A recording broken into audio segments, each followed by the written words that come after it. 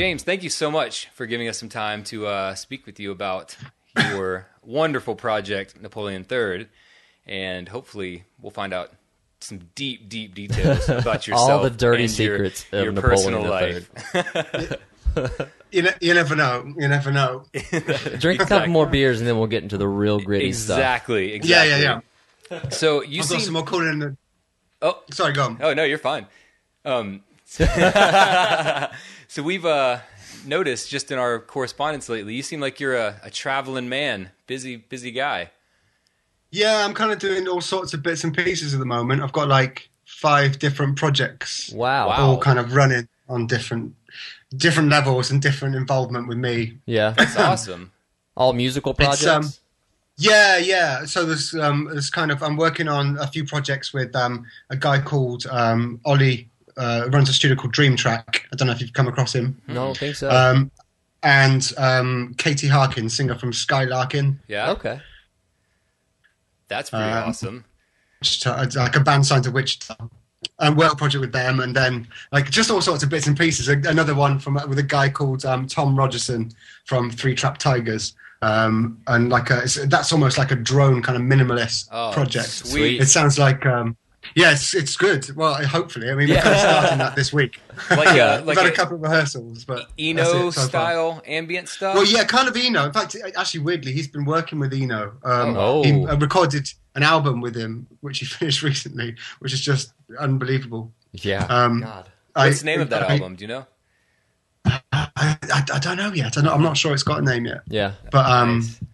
I've heard it and it's great. It just sounds like a cross between this guy and Brian Eno. So it's like piano, kind of like prepared piano in a way, but with synthesizers rather than screws. Oh, man, that's so it's awesome. kind of cool. It's kind of cool. Nice. And so... you were a busy dude. Yeah, that's awesome.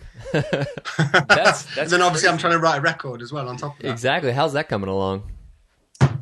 Slowly. Yeah. We'll get to that because that's a whole topic in and of itself, the new record, because I definitely want to dig deep in that. Because I love everything you've put out thus far, and a collaboration I would personally like to see is you and Paul Marshall getting together and doing something, because that would be maybe one of my favorite things to have ever happened to music if the two of you guys were to get together and collaborate on something, because I'm huge fans of both of you. I've played in his band before. Yeah. I mean, that was a long time ago. So that was just me doing his thing, though. And he's very strict about that, though. Yeah. Oh, yeah. I know. Hence the name Lone Wolf. Yeah.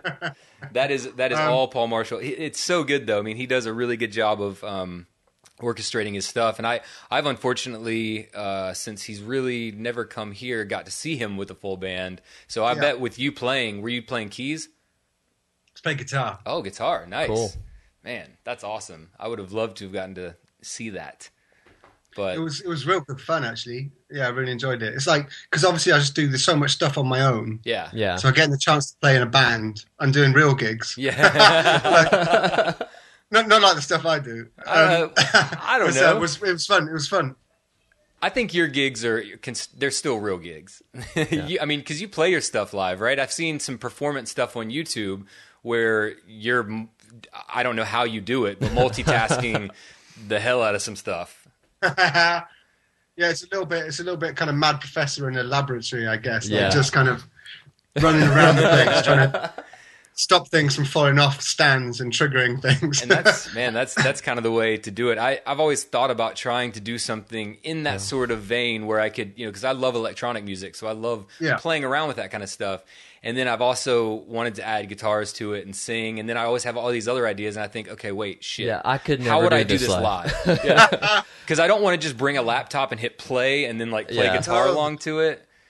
No, that's like, I don't like, because I use laptops on stage quite a lot, or I have been. And I'm trying to get away from that because you see a laptop in your stage and you're like, all right, okay. Another one of these guys that just hits play. Yeah. That's what I've been afraid of. Just a big emails, a little bit of So let's go deep back into the early life of James. Ooh, the early life. So what got you into music? Were you from a musical family, or did you just kind of come into it as a lot of teenagers do? Yeah, well, I mean, my folks, my mum especially played instruments. There was always guitars around the house. Um, and then when I was about 6, I started learning the guitar. Kind of got lessons at school because we moved house, and the local school that I went to, the new school, taught guitar, and the previous school didn't do it. And apparently that was the thing I was most excited about, just getting there and actually just picking up a guitar. I think I must have started on the recorder or something, like all small children. I did the same. Yeah. Yeah. And then the violin. Just all the instruments that sound really fucking terrible. So, record a violin. And then I tried the cello for a bit, which must have just been awful. Cello's a great instrument. And then the guitar's okay, you can't, even if you're really terrible at the guitar, it's not going to sound like your ear's bleeding like a record. You can practice guitar and not make people want to kill themselves. True. You can't practice and learn violin. Unless you're really, really bad. Yeah. Which, I mean, I've only touched a violin once, and I don't think that I could really make too many discernible sounds that weren't just like ear-shattering, like, oh, stop, put it down. It's more than just putting your fingers in the right place. Exactly. You've got to actually know how to work the bow, too. It's the bow thing that's the problem. Yeah. The finger thing. It's just, exactly. Yeah. It's like a guitar, isn't it? That's true. That's true. Oh, that was a weird noise. Yeah, with no frets. Yeah, that's scary. Yeah. It's like a fretless bass. Yeah. 4 strings. Man. And those are fun to play around with, but I just feel like I'm never going to be quite in key. But that's what adds a little element of cool to it. That was on purpose. It just makes it a little bit more kind of atonal. Exactly. Good. Might be good. I don't know. Yeah. So what was the first band that you played in, or the first thing you really formed as a serious endeavor that you wanted to take on? Well, I spent years and years just kind of recording stuff on my own in my bedroom with a 4-track. Yeah. And then went to university and met up with a load of similar-minded people and just started a band called Little Japanese Toy. That was the band that we just started at university, and that was really the first proper band. I mean, I was in a few bands at school, just kind of doing covers of I'm going to say this, covers of Britpop songs. Yeah. So like Pulp and that kind of stuff. Okay, yeah. There's nothing wrong with that. Other people might like. It might make you popular, or so I believed. Yeah. Oh yeah, exactly. I mean, that's why most of us get into it in the first place is because hey, this is my only way into popularity here. Exactly. I'm not a cool person, but if I can play the guitar the right way, and if I can make my voice sound convincing enough, maybe someone will think that guy's kind of cool. Yeah, I'm not any good at basketball. I've got to figure something out. Yeah. Yeah, exactly. Yeah. So when you started on guitar, like when I started playing guitar, I think that I just moved straight forward. Like when I got one, I wanted to write stuff like from the start. And I know a lot of my friends that started out, trying to learn songs on the radio and stuff like that. How did you go about it when you were learning?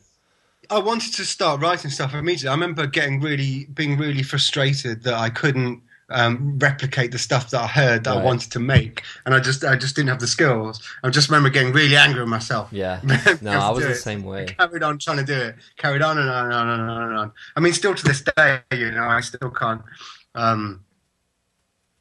do exactly what I hear in my head. Yeah, I think that's a problem we all have. That's very frustrating. Yeah. That happens every song I write.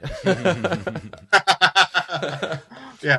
So then what, I guess that kind of is a question that I had for you, because I was, again, listening today to Christiania, and that record, dude, there's so many layers upon layers upon layers of sounds.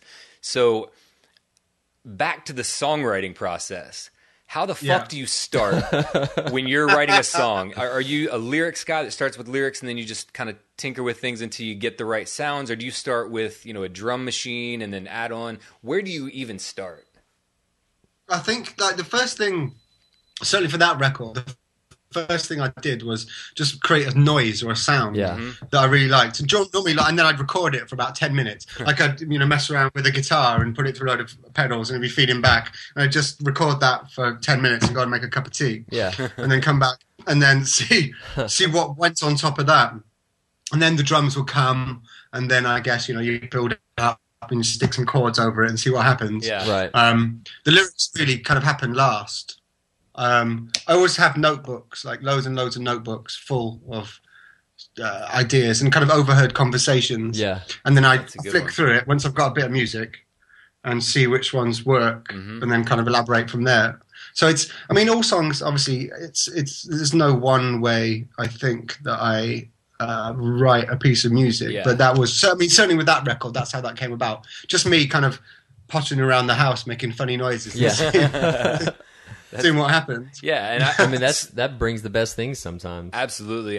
Some of my favorite songs that I've ever written personally have started either as a joke or as just something that I was playing around with and said, this is never going to become anything, but I like it. So let's see what happens. Yeah, I'm humming melodies into my phone recorder. So yeah, there's quite a lot of that as well. Yeah. You know, recording like sound of buses going past and going, oh, that's nice. Yeah. Well, if I loop that and put it through this, what's that going to do? Man, see, and that's the creative stuff that I love. I mean, just, you know, and even with the lyrics, as you just said, you know, like taking and compiling overheard, you know, conversations and stuff. Yeah. That's a pretty genius approach to just kind of take things that you see and hear out in the world and just take little fragments of those, because those, once you start writing lyrics to a song, you know, it kind of falls into place if you're doing it right, you know. And I think when you have a good starting point like that and you kind of know where you're going with it, I think I'm going to borrow that technique. It's really good, like, because other people say the interesting stuff. Oh, like, yeah. If it was just left, because I was only doing music at that point, and so I didn't really leave the house. Mm-hmm. So, you know, what am I going to write about? I'm going to write about, you know, like I'd put the washing on, had some cornflakes. It was great.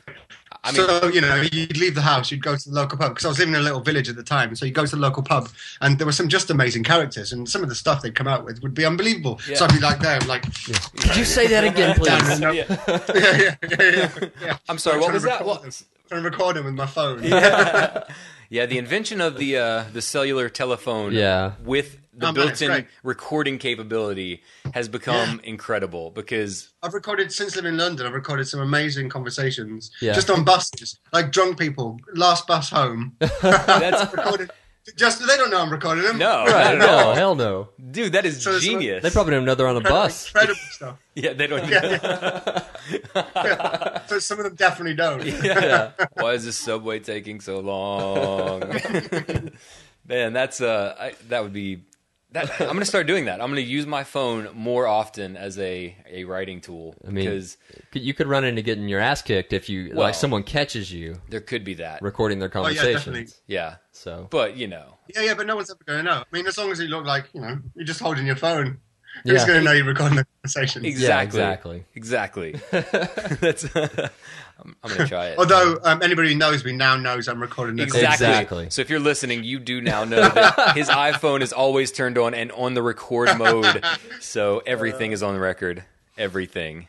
The first album that I got of yours was In Debt To. Was that your first album? Yeah.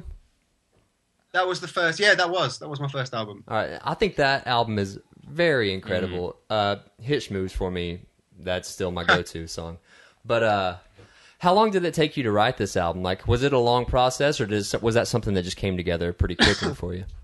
I guess, I mean, a couple of them are songs that I did, that I wrote when I was in the first band, Little Japanese Toy. Yeah. Like The Casual Terrorist. Mm-hmm. Right. And what else was it? Anti-Patria as well. Yeah. All the real, like, fuck you songs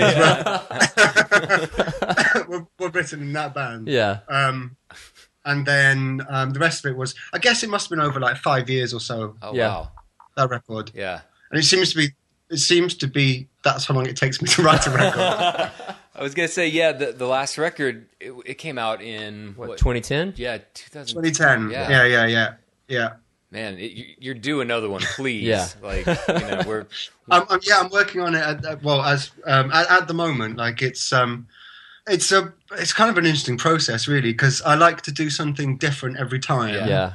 And I really want it to be totally, you know, so you don't recognize it as the same person on the last record. So I like to completely immerse myself in entirely new music and new genres and new things, and that's why it takes so long, because I spend ages learning about other music. So most of it's just sitting around listening. So your next album is going to be a mixture of like dubstep, and then you're going to sing and sample in the vocals. Is that kind of, because that's what's hot right now apparently? Hip hop and world music. Just a total Skrillex, just a Skrillex ripoff.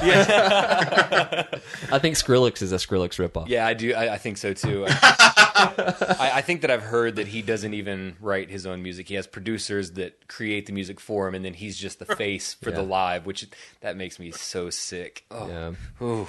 Is that true? That's what I don't know. That's what I've heard, and I was talking to someone about it once, and they were talking about some producers in particular that they thought had helped him with the writing process, and that the label just needed a face to put with this music, and so they put producers. And this, I could be talking out my ass. I don't know. That's what we do, though. This is what we don't claim to be factual on this podcast. No, it's never factual. This is just what I've heard, is that a bunch of producers came together, made the music, and they needed a face for that, so they threw him up there, and he is kind of just a button pusher, and that's the face they chose. Yeah, I know. In a shop I was in recently, it was like a real chintzy shop. It's there was a rocking horse, and it looked exactly like Skrillex. At the same, it just had like this swept over hair with one side. It was amazing. That's oh man, those asymmetrical haircuts or whatever they're called. Those I can't handle. Like I hear his live shows are more like just like a production with lights and stuff going on. Yeah, he's really just sitting there behind a computer. Yeah, I don't know. I mean, there's people that love it. I'm not one of them. No, so. I can't claim to be a fan, but so what's the? So you have a studio now. You opened it 2 years ago? Well, no, I've just got. I had. It's been a bit of a weird process, because I had a studio. I was renting it outside the house, and I've moved it back in now. It's back in my flat. The room that you're seeing is in my flat, and just because it's easier. Yeah. Oh yeah. I prefer recording in a space that I feel really comfortable, because I can't really create otherwise. Absolutely. And then, I can, if I get bored, I can go and watch a bit of television. Yeah. That makes a lot of sense. I mean, I feel like if I was, everything that I've done and released up to this point has been self-recorded at home. And, I feel like if I went to a studio to record my solo stuff, I would feel so awkward that it would just be, wasting time, really, because I need to do it on my time. And I feel like I'm rushed when I'm in someone else's studio. Yeah. Yeah. Plus, you're paying that money. Especially when you're paying for it. Yeah, because I need time to dick around with sounds and stuff, and I don't have time to do that in the studio, because I would like to find the right organ sound. Yeah. I'll take one you got queued up there because I'm paying $200. Exactly. This one's fine. That's actually a true story that happened to us when we were in the studio. Really? It was kind of one of those, the keyboard got set up, and we're like, okay, cool, now let's find the sound. And the producer was like, well, I think that one's good. I was like, it's our band. You got any more? Yeah. Nope, this one's good. Yeah. Let's just go with that one. Yeah, we'll just go with that. It sounds fine. Yeah. Yeah. I'll sing it. Yeah. You guys, take a break. Yeah. So that's awesome. It is much more convenient and comfortable to be in your own home, and so I get that completely. Do you still do mixing for other people and mastering or any of that stuff? Yeah, I do. Yeah. I mean, I've been working on a few bits. Well, another of these projects I've been working on is I recorded and played in a drone band called they're called AAS. And apparently that you pronounce that as however you want to pronounce it. So Ars or ass. Apparently it's all cool. Yeah. But I recorded that where you just went to a studio and made like the most hellish noise for a while. Sweet. So, sounds great. It's really great. It's about 40 minutes long of just solid. Yeah. It's fun. Yeah, so I've been doing a bit of recording. I really enjoy it as well, because it's nice to kind of do something else other than just my own stuff. Otherwise, I'm just sitting here and procrastinate. Yeah. God, I know that feeling too. I know that all too well. So how far along would you say on the percentage scale you are with your new record? Well, I'm hoping to have it all recorded by the end of September. Yeah. Nice. I'm ready to go. Yeah. And then hopefully I mean, depending on what happens, get it out before the end of the year. Yeah. That would be. Are you working with a label, or is this going to be put out yourself? Or? I'm still trying to decide what best to do. Yeah. I'm gonna record it and listen to what it sounds like, and see if anybody's interested in putting it out, or I'll do it, whichever really. Right. Yeah, that's whichever suits. The best. Yeah, exactly. I think that kind of makes more sense too, especially with the musical climate the way it is right now. If you have the ability and you can self-release, I feel personally that, that's probably going to be the most beneficial. Yeah. Because I mean, it's hard work though. I mean, it is. You got to market it like crazy. Yeah. But, yeah. And well, I mean, you just have to treat it like a label, really. Right. If you put it out and then you need to pay somebody if you're crap at PR, you need to pay somebody to do, to get it reviewed and stuff. Yeah. And it's just kind of being aware of that stuff and thinking about it. It's like I kind of see like the music industry as being more of a kind of cottage industry now. So you just do it all yourself if you can. Yeah. Anything you can't do, you kind of you pay somebody else to do it. That makes total sense. As long as you can afford to do that. Yeah. That's the thing. Brings up a question that I wanted to ask that we've been asking everyone lately. And everyone's had some very, very awesome and different opinions on this. How do you feel, speaking of the music industry, how do you feel about Spotify and all streaming services? Well, I subscribe to Spotify. I listen to most of my music through Spotify. I use it as I use it as a library. It's just amazing. There's such a massive, wide variety of music on there. There's kind of everything you'd expect. Not expect. There's not everything that you wouldn't want. expect. Yeah. Everything you wouldn't expect. This is much worse explanation than when it cut out. We'll take your word for it. Yeah. Thanks. We can just let's move on. No. Anyway, no, it's just incredible for researching music. I taught myself. Oh, hello. our video went away. Cut out. Maybe, video's gone. Maybe video will be, maybe without video it won't eat as much bandwidth. Maybe. I think Skype doesn't want us to talk about Spotify. It probably doesn't. Seriously. Big brother. What a bastard. Man. Anyways, I think what you're getting at is, and it's the same way I use it to find new bands and find stuff, and I'm a big vinyl collector, so I'll listen to a bunch of stuff, and so I can catalog it, so when I go to the record store, I'll be like, oh yeah, I've listened to this. Right. This is great. Exactly. Yeah, it's fantastic. I really, really love it. I mean, what it pays in, per play it's another story. Yeah, I actually just wrote a blog article for our Sharing Notes with Friends blog about my views, which mine are likely different than most people. But I mean, I am a subscriber to Spotify and I do use it. But what I feel, because I had a friend once, and I mentioned this in the blog post, I had a friend once say that they signed up for Spotify and their comment was, "Oh man, I'm never gonna have to buy music again. This is awesome," and that really bummed me out. I was like, "Oh, what?" But I have such an attachment to the physical aspect of it, having that record and knowing that I can step into my other room and pull a record off the shelf at random, and I know that everything that is on that shelf is something that I want to listen to because I put time, effort, and money into getting it. Yeah, and so there's that side of it too. To me, absolutely, I completely agree with that. I mean, I don't. It's not a replacement for owning music. Right. It's just an amazing resource to find music. It's a library. I see it as a library. Yeah. So you go and rent it for a little bit. Yeah. Exactly. I agree with that. And if you love it, you go and buy it. Exactly. I just feel like there's more people that misuse it than the people that use it for a good reason. Exactly. Absolutely. Yeah. Because I mean, there's not just been one person that's kind of told me that, oh yeah, I use it because, man, buying CDs and records is expensive. So it's like, but these are the artists that you want to support, that you want, to keep putting out this great music, and that takes money, and people that aren't into the industry and aren't, really savvy on how it works don't really, see it from that side, and that's fine. I understand that. But I just feel like, when there was this study done recently that says that most people skip songs on Spotify within the first 5 seconds. And that's it's because I think some people get... Attention spans are just nothing anymore. Yeah, the ADD. And I like the feeling of a physical album from front to back because that's the way the artist sequenced it, and that's the way that I feel that it should be played and heard, Yeah. Yeah. I mean, it's like I wouldn't look at just the 2 square inches of a painting. Exactly. I want to see the whole thing. That's a great analogy that is for it. Perfect way to put it.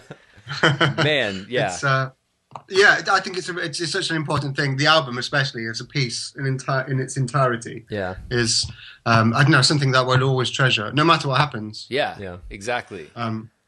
Speaking of vinyl, have you pressed any of your solo albums to vinyl at all? No, never had the money to do it. I was going to say I could have answered that for you because I've not been able to find them and I've tried. Would you care to press some of them for us, please? Yeah, James, we would like your. If you do find them, music. let me know because I'd quite like. No, next record's probably just going to be vinyl MP3. I think. Wonderful. Thank you. That's great. Finally, James, thank you. I don't see the point of CDs. Yeah, no, I don't either. Nor do I. It's, I kind of am looking at CDs in the way that people looked at records kind of in the, 80s and early 90s, where there was that dip in record sales and CDs became the thing.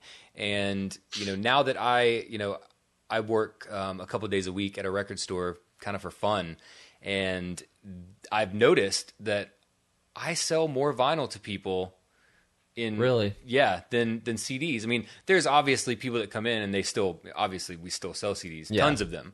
But personally, just in the transactions I've done, I've noticed that the vinyl is maybe at least even to what the CD sales are, which to me is vinyl exciting. Sales in this country have gone up by a ludicrous amount in the last few years. Wow. Every year they just keep getting more and more and more, which is great. Yeah. Because they're just such a wonderful, it's a wonderful thing, because it's a real tangible thing you can hold, and it's big and beautiful. Yeah, exactly. Yeah.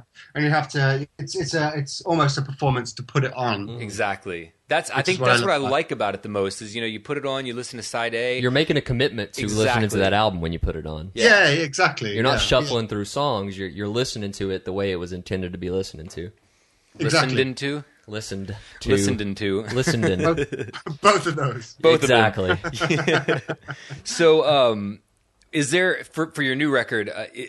And I know it's probably a no-brainer because we've kind of talked about the new record, but is it going to be a vast difference from what Christiania sounded like, or? I hope so. Okay. I think they'll be similar. There's certainly kind of the longer extended kind of drone passages awesome. Are along the same vein as what I'm working on. That's awesome. So there's lots and lots of big sounds. I'm hoping to use... I'm hoping it's all going to be kind of performed live. Mm-hmm. Yeah. Talking to a choir at the moment. Oh, wow. Man. And I want to have, a couple of saxophones, like big bass saxophones. Yeah. I'm already excited. This sounds awesome. It's going to be epic. And just the most crazy kind of guitar. I've got a ridiculous setup on the guitar at the moment. Just making loops out of all sorts of things. So like using a copycat delay. Oh, nice. Oh, sweet. Like tape delay to create continuous loops by kind of sealing up the erase head. That's and awesome. That kind of stuff. Yeah. So yeah, it should be. I'm hoping it's going to be vastly different. That's the plan. Yeah, that would be awesome, and that's something I've wanted to do. I've got a pedal that's the Akai Head Rush, which is it's got a 4-channel out, so you can run it to 4 different amps. And many times I've wanted to just set up 4 mics on 4 amps, which I think in my studio I've got 4 amps in there, so I could do it. And I would like to just kind of do what you're talking about, make droney noises, and then pan the shit out of these and just see what happens and see what kind of cool noises come out of it, and then see if that inspires me to, lay a melody over top of it, or if I just say, oh, fuck it, I can't do that. I can't be that experimental. Oh. But I really... Yeah, well, I mean, that's kind of what I'm doing. Like, it's all set up at the moment in my studio, and I've got kind of running everything into 2 amps for all sorts of bits and pieces, and it sounds massive. I mean, I'll wait and see what it sounds like with everybody else. Yeah, exactly. Now, are you a big gearhead? Do you get a lot of gear and stuff like that? Yeah. What would you say you're in good company? What would you say your most utilized piece of equipment is? Like, what's your go-to? Like, what's your favorite piece you got in there? Well, that's actually 2 questions, I think. Oh, yeah, that's true. What's the item that you use the most? But then what would also be the item that you would say is maybe one of your favorite pieces in your arsenal? Well, I think it's both, actually, and that's got to be the Copycat. I've got 2 Copycat tape echo. And they're just great. You put no matter what you put through them, they're fantastic. Even if you don't have the echo on, you just turn them up instead of distort. They sound great. That's awesome. awesome. That's everything goes through those basically. Yeah, man, I love them. Do you have a lot of vintage synthesizers or anything like that? Are you a synth head? I've got a couple. I mean, I've only got a few bits. I've got like an old Jen synthesizer, which is just like a single oscillator. Yeah, nice. It's pretty cool. It's good for sub. Oh, nice. Yeah. I'm really into 80s and 90s Yamaha and Casio keyboards. Oh man, there was a Casio that's from the 80s that I saw someone selling not long ago that if you look at it, it looks super cheesy and it looks very 80s and Casio, but the sounds that it had were incredible, and someone was selling it on Facebook. It was a friend of mine for like super cheap, and I think they were selling it for like $65 or something. Oh, wow. And I didn't at the time know what it was exactly, and then I did some research and looked it up, and I was kind of blown away and wished that I would have just jumped on that had I known what it was. My favorite piece is it's a Yamaha, like an 80s one, but it's got I can't remember what the model is, but it's got a built-in microphone and sampler. Ooh. So you can sample your voice and then add loads of effects to it, and it's instant Boards of Canada basically. It's amazing. I'm assuming they had one. I'm assuming Boards of Canada used one for most of their records. I'm sure, yeah. Just because it sounds exactly like it. It's brilliant. That's awesome. Another band that never ceases to amaze me with their wider range of sounds, and I'm going to butcher their name. Autish, I can't even spell it. AUTR. Oteka. Thank you. Yeah, I've never been able to pronounce that for some reason, but they are fucking brilliant, and the sounds that they get on their records, I mean, I want to know, I just want to see what they're doing to get these sounds. And can you pronounce that one more time so I can maybe retain it? Oteka, I think it's Oteka. pronounced. I might be getting this totally wrong. That's how I've always said it. Yeah. I've always just said this band and held up my phone. This one. like anytime anyone asks me to name a Sigur Rós album or song. Yeah, exactly. Yeah. I don't speak that language. I don't know. I think that was the closest representation I've ever heard personally. Because I mean, they had their own language. Mm-hmm. Are you making your own language for this new record? I'm not, no. But maybe I should. It could be interesting. I mean, it would make writing lyrics easier. Absolutely. You just make up some gibberish and you're set. Be like, trust me, this is really deep. You just don't understand it. That's so awesome. So I think we spoke about this through email. You've demoed some songs for the new record. So how different do you see them being from the way that you've kind of envisioned them by yourself to bringing in said like orchestra and bringing in other pieces? Or are there some that are going to be more different than others, and some that you feel like the demos kind of feel about how they're going to be? Well, I'm really not sure. I'm basically gonna put together a kind of band or whatever it is. Collection of musicians. Yeah, a collective. And see what happens. Nice. I'm just gonna. We're all gonna learn the bits and see what it sounds like, and maybe that'll be the sound of the record, or maybe I'll hate it and make it sound like something else. Or you can just take everything that you recorded during those sessions, run it through your Copycat, and then make an entirely new record at that point. And that was the whole purpose. Exactly. It goes full circle, literally, in the delay, full circle, all the way around. Just make a record that you can play backwards and forwards, and it sounds exactly the same. It sounds exactly the same, yeah. Didn't somebody do that? I don't know, but that's a genius idea if it hasn't been done. I think he was the guy from. Have you heard a band called Dutch Uncles? Yeah. Yeah. Yeah, it's. I think it was one of the guys from Dutch Uncles has written the first. What's it called when something reads the same forwards and backwards? It's. For some reason, the word transient came to mind, but that's not- not it. It's not at all it. But for some reason, that was the first word that like popped into my head. Transient. We'll go with transient. Yeah, we'll go with that. Let's go with that. I think what someone needs to do now, though, to take that one step further is, with Jack White's new record, which it's not something that has never been done before, but he has it to where the side A starts in the middle and works its way out. Oh, yeah. I think someone needs to find a way to make it work in both ways. So you can listen to side A from inside out and outside in. Yo, man, that'd be crazy. It sounds exactly the same. Yeah, that would be so incredible. And, I mean, I think that's a pretty genius idea. Palindrome. Palindrome. That's what it is. Man. Yeah. The world's first palindromic album. Yeah. That's pretty awesome. That's a good idea. I'm going to read into that. I know, yeah. I want to check that out. I hope it doesn't exist just so I can create it. You can be the first pioneer. It would have to be kind of complex, though. I mean, otherwise you could just have like 3 notes. Yeah, exactly. That's what I was just thinking is how would you make a record sound the same frontwards and backwards? You record half a record and then you'd reverse it. Yeah. Oh, and man. Shit, you're right. Yeah, that's easy. And then all of your words you use have to be palindromes themselves. Oh my god. So the second half, you just kind of have to sing it in reverse. No, because if you use words like Bob, it's going to be the same both ways. Mom. Mom. You'd have to pronounce it. Yeah. That's Bob. true. Bob. I don't know. Oh, I can't even begin to think about that. I can't either. I can't wrap my head My around that. mind exploded just then. Yeah, just now that I've decided to give up music just because I can. So, what have you been listening to lately? Is there anything new, or are you sticking with some of the classics? And do you have a lot of go-tos that are not so new? I've been kind of I've been working my way through using Spotify, as we were talking about earlier. To kind of I did teach myself about minimalism, so kind of Steve Reich and Terry Riley and that kind of stuff. And also William Basinski. I don't think I've heard of him. He did Disintegration Loops. I was just about to ask you if you've ever heard the Disintegration Loops. That was actually something that Paul turned me on to. It is fucking phenomenal. Yeah. It is. And it's one of those things to me, I think, that almost sounds, when you're listening to it, you think, oh, that sounds easy. I could totally do that.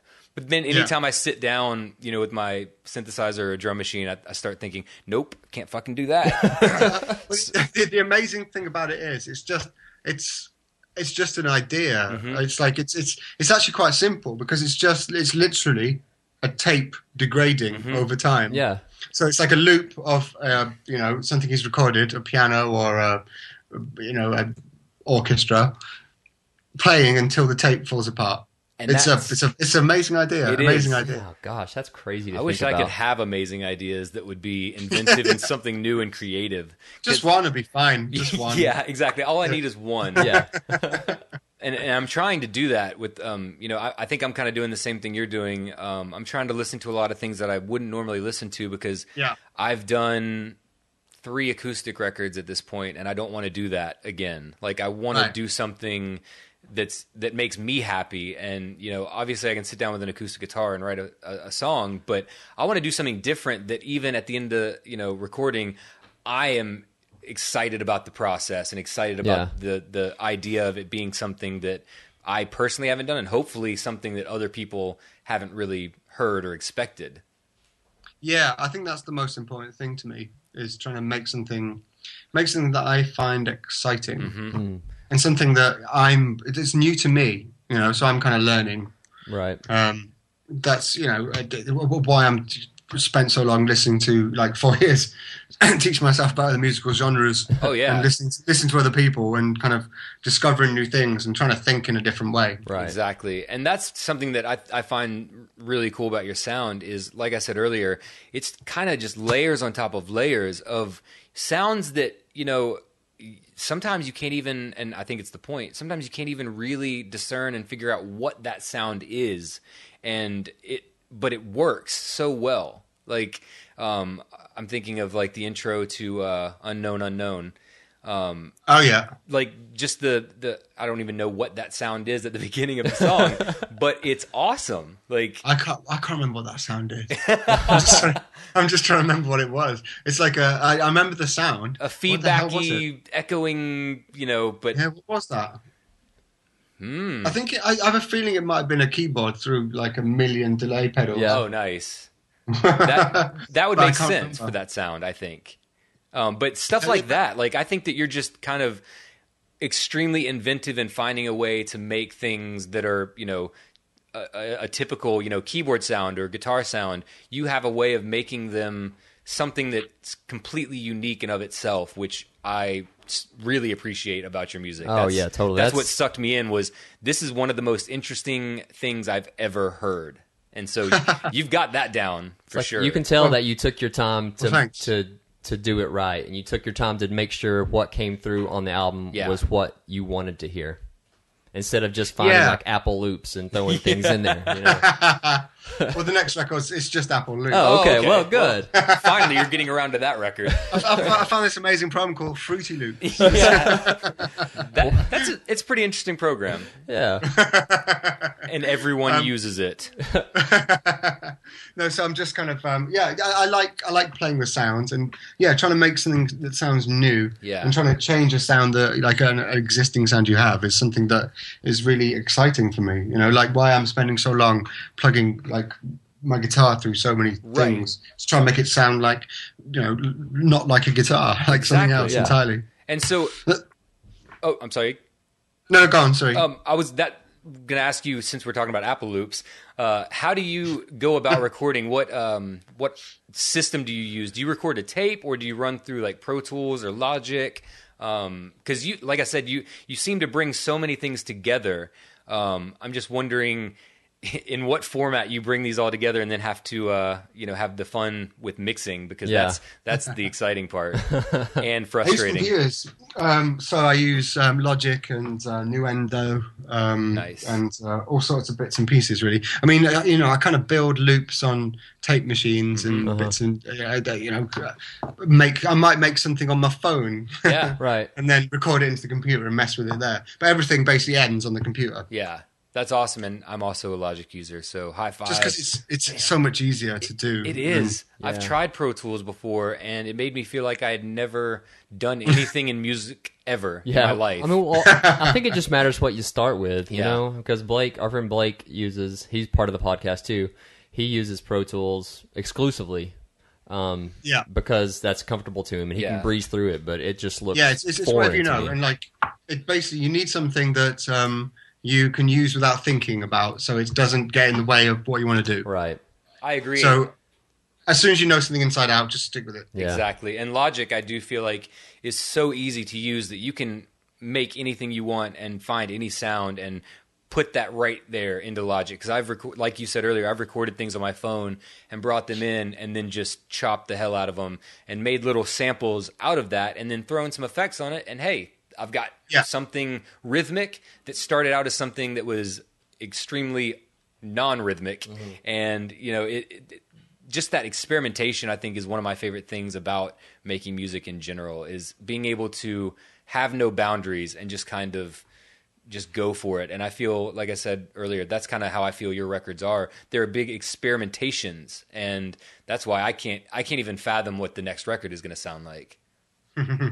No, me neither. And I think that's a good thing, because I think that, not knowing on either end, as a listener and as the performer, what is going to come out of this record, that's pretty exciting. Yeah. Yeah. I mean, the process is, what excites me about it.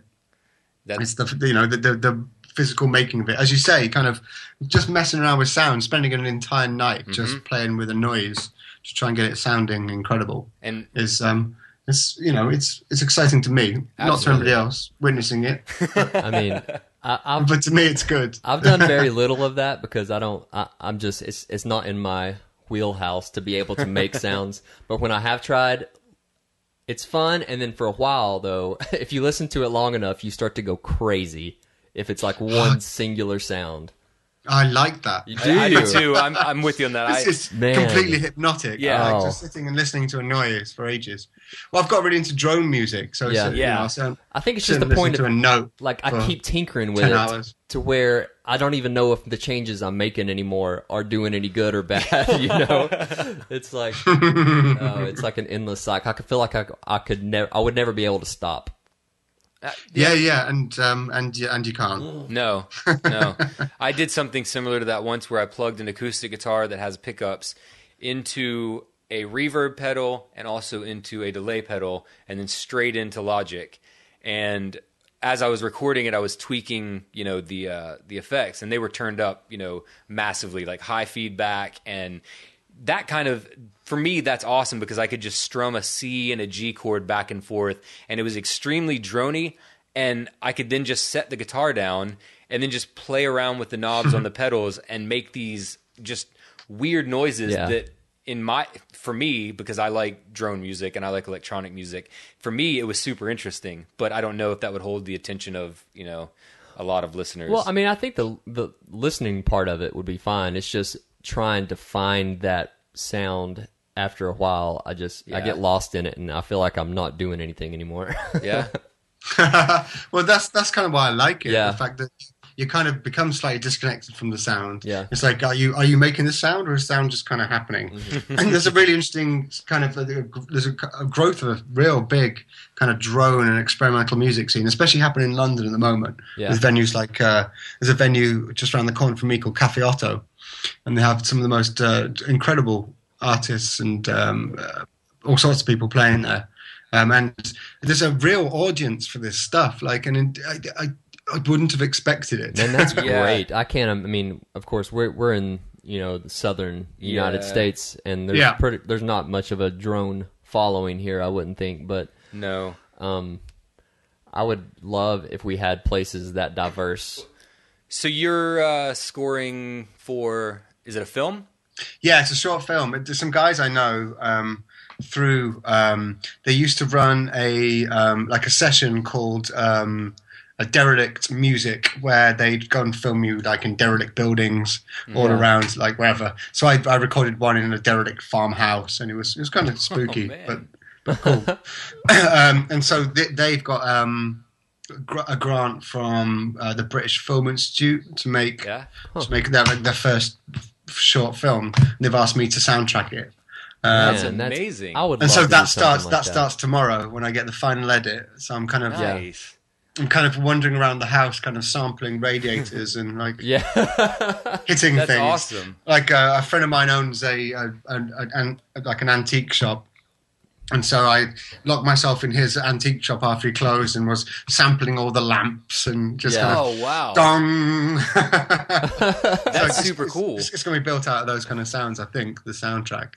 Yeah. That answers my question. Do you know what you're going to use as the primary basis of orchestrating these lamps and radiators. Yeah. Just hop on the bus here in about 4 hours, and I'm sure you'll get a lot. Yeah. This record is called Lamps and Radiators. What do you generally just use your phone to record these samples that you? No, I've got one of those kind of like digital recorders, a Zoom thing. Yeah. Oh yeah. We got one of those. They sound amazing. Like I'm amazed at how small it is and how good it sounds. Yeah, and so that's just really handy. I have it in my bag at all times. Yeah. In case I hear something that's great. Yeah, I can just exactly. Yeah. Found sounds and noises are kind of the best thing, even if you just use them as like a ambient backing track. I mean, just it's something that I feel like is never going to be captured again in the same way. Right. So you're capturing this moment and then putting that into something that will live forever. And it makes it special to you, know, because you listen to that album and you're like, oh, okay, this is that random lamp that I banged on. No one else is going to know that, so it's sort of special to you, you get your own piece of it. Yeah, exactly. Yeah, I mean, one of the sounds I've been using in one of the demos I've made is I was just recording on my phone again. It was the sound in a harbour, just the sound of like the rigging on the masts of sailing boats just clinking, and they were just making the most incredible kind of atonal like melody. It was just amazing. Oh, So I just that's had to put awesome. it, and I just kind of left my phone for about 20 minutes and kind of stood back and watched, made sure we nicked it from the side. Yeah. Just let recorded it it. happen. It's just the most amazing sounds. And so, that kind of forms the basis of one whole piece of music, which I don't know if it's going to be on the record, but it might be the one I send to you actually. Mm-hmm. Yeah. For your compilation. That's amazing. But yeah, no, found sounds are just it's an end of source because you don't have to do anything. Exactly. Except for later when you're going through the post and you're trying to make sure that it sounds as interesting and unique as you can make it by throwing tons of effects. Yeah, all you have to do is think about it, and that's kind of good. Like if you can just make music by thinking, that's ideal. Yeah, absolutely. To be honest, if you could just make music by thinking, I'd have made a lot more music by now. Exactly. Yes. Me too. So the newest stuff that you've been doing, how much guitar is there then? Loads of guitar. Cool. It's going to be almost entirely live and almost entirely guitar. Wow. It's not going to sound like a guitar. Yeah. But it's going to be a guitar. But it will exactly. be there. That's awesome. That's, I think, the most interesting way to do it. Yeah. Use a guitar, but don't make it sound like a guitar. Yeah. So I've got like the Electro Harmonix Super Ego freeze pedal. Yeah. Which is just amazing. I'm putting that through, like running that through my laptop. Yeah. With loads of effects on it. And like wah pedals. Using a wah pedal. Yeah. Something you never thought you would do, I'm sure. Yeah. Like fucking Hendrix or something. Is it are you using a Strat? Is that that's your primary? Humorously, that's actually a Hendrix Strat. So there was no bullshit there. You were really, really laying down the Hendrix vibe. Do you have it modified? It's one of those 80s Japanese Strats. Yeah. Oh, and it's nice. just, it's like a copy of I don't know what it was, like a 57 or something. Like it must be 70s because it's got a big headstock. Yeah. I don't know, but it's great. I love it. Yeah. Have you modified it a lot, or is it kind of just the way that it is? What's that? Like it's just the way it is. Nice. Cool. Because I know that you can get crazy by putting different pickups in, and then obviously there are other people that have done things by putting bass pickups in a guitar, and you can obviously make crazy sounds. It's insane. And that it's beyond me to do that kind of stuff. I just need to. I've not started modding the guitars in that way yet. I mean, I'm kind of modding all the effects and all the amps and things, but the guitars I'm kind of leaving as they are. That's and awesome. I've got a down electro I might start messing around with and chucking extra things in. Yeah. Just because they're cheap and they're great. Exactly. And it doesn't matter if I kind of ruin it. Yeah, no, not at all. I've got one of those guitars that's already kind of beat to shit. So if I get another scratch on it, I wouldn't even notice. Oh yeah, I wouldn't even be able to tell. As a matter of fact, I like my guitars to have their fair amount of scratches on them. I do too. Oh yeah. No, they need to look a bit like they've been dragged behind a car for a while. Yeah. Otherwise it's not been used. Exactly. And that's a good idea. That's a good way to go ahead and relic a guitar. Yeah. Just strap it to the back of your car, just drag it, and then just fix it later. But at least it looks cool. Yeah, exactly. It looks great. Yeah, you don't have a neck or any. Yeah. But it looks good. So, are you a vinyl collector yourself? Yeah, I love vinyl. I mean, as we were discussing earlier, like it's just such an amazing thing. It's nice to own and it looks good in the sitting room. Yes, exactly. It does. Yeah, when someone walks in, oh wow, you have a big record collection. Yes, I do. Thank you. Yes, I do. Exactly. It's always it's good to have that. And I don't know. There's something that I find amazing about vinyl. It's therapeutic. It's like you have this big artwork here. You've got it in your hands, and I don't know. You can just read on it and check everything out, and you pay more attention to the details of it whenever you have it. Yeah. Also, I think that just the fact that so Spotify we know is great for just punching in a band and finding it. And oh God, there it is. Don't say Spotify. We got a good connection. Oh yeah, right that's now. true. That's true. Oh no, it was going to. So the thing about vinyl that I love is sometimes there's records that you track down for forever, for months, or even a year to find a copy of something, and then there's that feeling of such gratification when you finally get a hold of it and you have it to listen to as much as you want. And there's something about that feeling that you can't get with, streaming services. Oh, I can listen to this right now, this very second. Exactly, and skip within the first 5 seconds. seconds. I love the immediacy of the streaming. Yeah. Let's call them the streaming services. Yes. Yeah, you're right. There's nothing quite like owning a physical copy on a wonderful. When you've got all the artwork with you, as you say, and all the kind of sleeve notes, and it's just it's a whole piece of art rather than just the music. Absolutely. And the things that you can do, that's another thing, that you can't do with CDs or digital music. The variants that you can do with vinyl, whether it's clear or multicolored or split colored or splattered, whatever you feel for that record, you can have it pressed with that, as a piece of that record, the visual, and that goes along with, what you want people to perceive from the sound of it. Yeah, exactly. Yeah. It's just such a nice format. It is. Yeah. It is. It's the best one. It is the best format. I think people should start doing reel-to-reel tape. Oh, yeah, that's true. That's kind of gone out, man. Reel-to-reel albums would be good. Yeah, there we go. Everyone get your own reel-to-reel player in your house. What's that? The tape machine behind your left shoulder. Oh, this? Yeah. I used to use that live. It's nice. It's a big old 4-track TIAC. I used to use it as used to run backing tracks off it ages, like when the first record came out.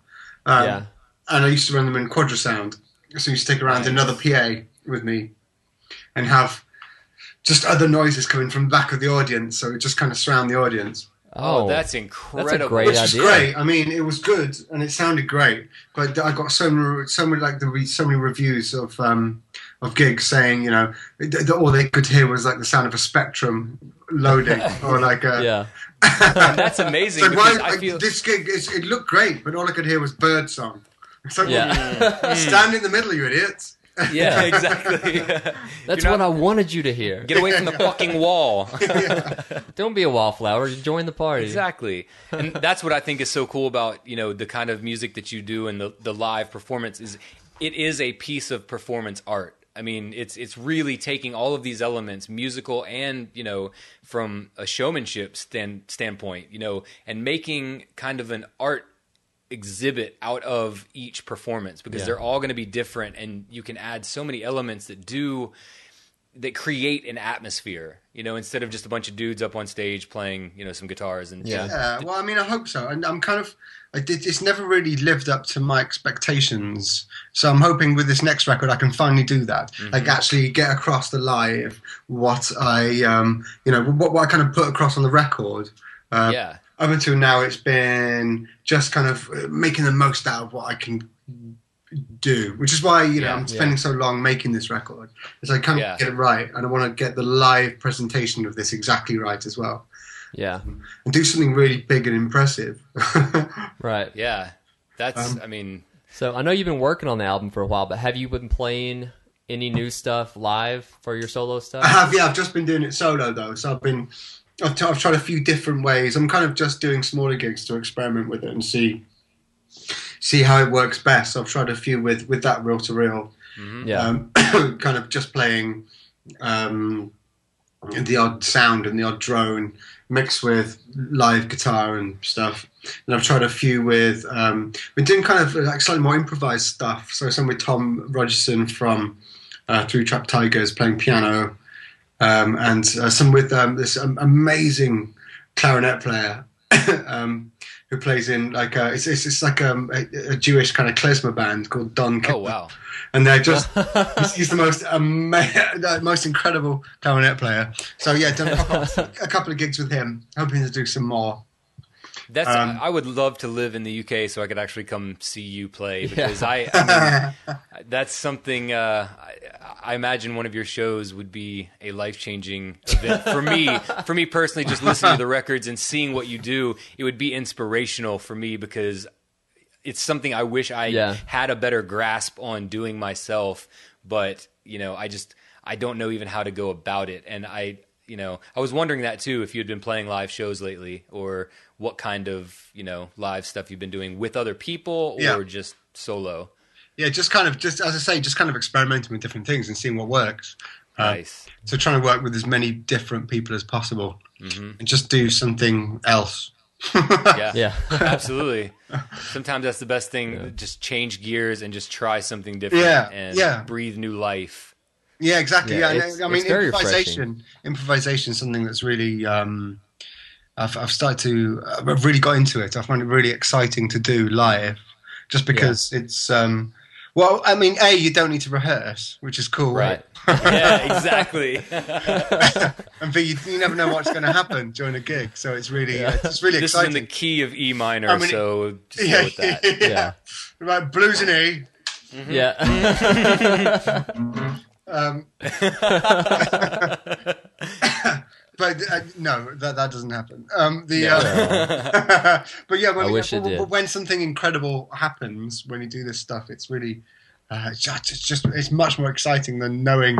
Oh, look, this bit's great. That's coming up here, right? So you don't know this next bit's going to be great. It might be great. It might be just the worst thing you've ever heard. Exactly. I don't know how this next bit's going to go, but we're going to see. Oh, and it's good. Yeah. That was really weird. Let's just think better next time. How about next time? Don't ever improvise that again. Yeah. Good thing I got those blues chords in my back pocket. Exactly. I can always throw in to save the day. Oh man. Well, James, we appreciate it, man. We don't want to keep you. I know it's probably getting late over there. A little bit. It's just not too bad. Yeah, I'm a late night person, so late I used to be. is like 4 or 5 a.m. Then I start thinking, okay, well, it's about time for bed. Yeah. I need to be up in an hour. Let's just go to bed. Yeah, exactly. So, just kind of in closing, other than your solo record that is coming out and the other things, do you have any gigs coming up soon that you're doing? The only thing I have booked is a festival that I can't announce yet. Oh, okay. Yeah. And that's going to be the first. It's basically the launch of this new project. So hopefully it's going to have the choir and the saxophones and the kind of drums, and I've got a fiddle player, and it's just it should be amazing. But I can't announce it yet. Awesome. So I guess watch out on the normal the normal mediums. Exactly. Well, I highly look forward to hearing all of this upcoming music. It's going to be exciting. Yeah, thank you so much. Thanks for having me on this. It's been fun. Oh, man, our pleasure completely. Yeah, we're super excited that you decided to bullshit with us for a little while. Well, I'd just be doing my own otherwise. Yeah, that's true. We would be doing the same. This is way better than talking to yourself. Exactly. Well, James, thank you so much, and have a wonderful evening. Thank you. What's left of it. Yeah. Thank you. No, you actually get an evening now, don't you? So you enjoy that. Exactly. And hopefully we will talk to you soon. Yes, definitely. Thank you. Awesome. See ya. Bye.